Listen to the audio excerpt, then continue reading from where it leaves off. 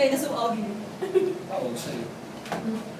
Anyway, yeah, this is like my first time ever doing this. I'm so happy naman that you guys came.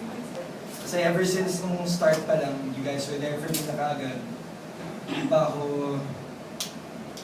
Yeah, I'm not even big as an artist yet, but you know, you guys were always there for me. Especially mga admins. Yeah, I can't thank you guys enough for always supporting me, making my Twitter, my Instagram. Don't cry, it's okay. and the other citizens there, na galing Baguio, even the ones here, just in Manila. Sobrang mahal ko kayong lahat.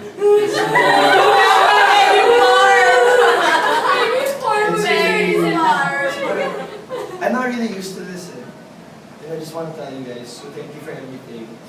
Hope there will be more get-togethers like this. Yes. And yeah, I love you all.